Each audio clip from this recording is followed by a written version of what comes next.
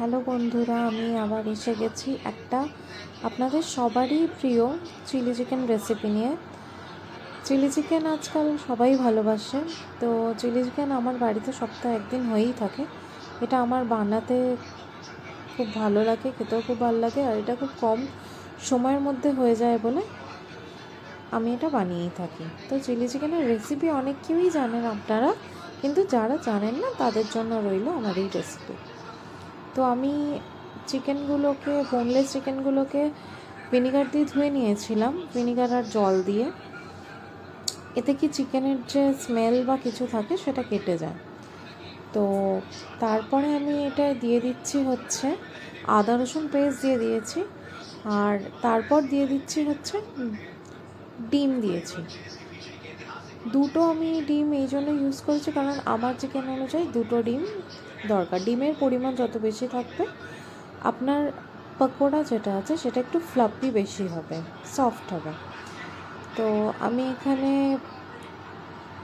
ডিম দিয়েছি, আদা রসুন পেস্ট দিয়েছি, নুন দিলাম, আর হচ্ছে কাশ্মীরি লঙ্কা দিলাম, আর দিচ্ছি ধনেপাতা। আপনারা আপনাদের যে ফ্লেভার পছন্দ পকোড়ার মধ্যে সেই এরকম হার্ব দিতে পারেন, আমি ধনেপাতাটা দিয়েই থাকি।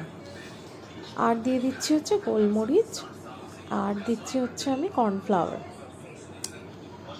আমি পকোড়া বানাবার সময় এতে কর্নফ্লাওয়ার আর ময়দা দুটোই ইউজ করি, যাতে জিনিসটা একটুখানি পকোড়ার যে বেসটা ওটা একটু শক্ত হয়, তো তেলে দেওয়ার পরে ফেটে যায় না। তো সেই জন্যে আমি পকোড়ার লেয়ারটাকে শক্ত করার জন্য অল্প একটু ময়দা ইউজ করেছি।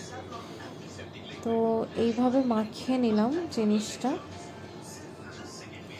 মাখিয়ে নেওয়ার পরে আমি পকোড়াতে আমি সয়া সস ইউজ করে থাকি।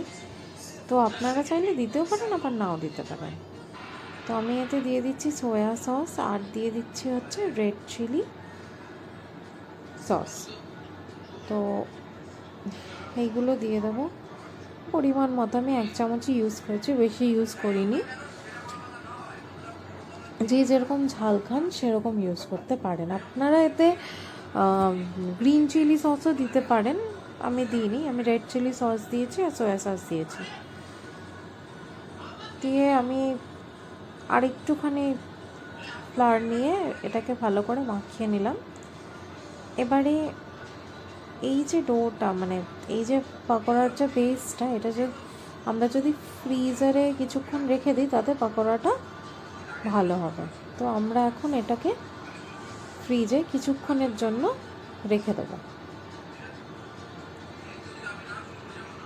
তো ফ্রিজে রেখে দিয়েছি আমরা।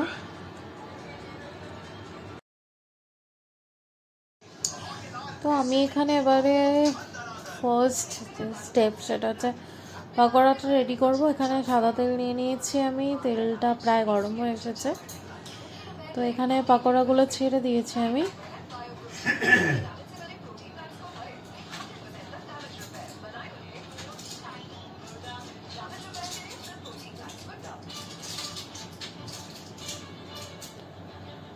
তো এইভাবে আমি সব দিয়ে দেবো।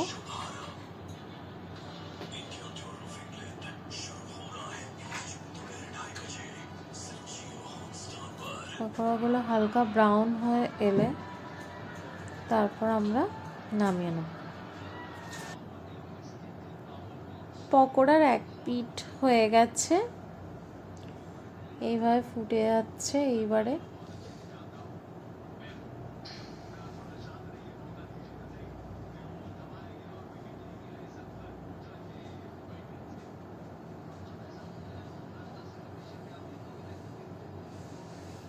পাল্টে নিয়েছি, এইভাবে হচ্ছে।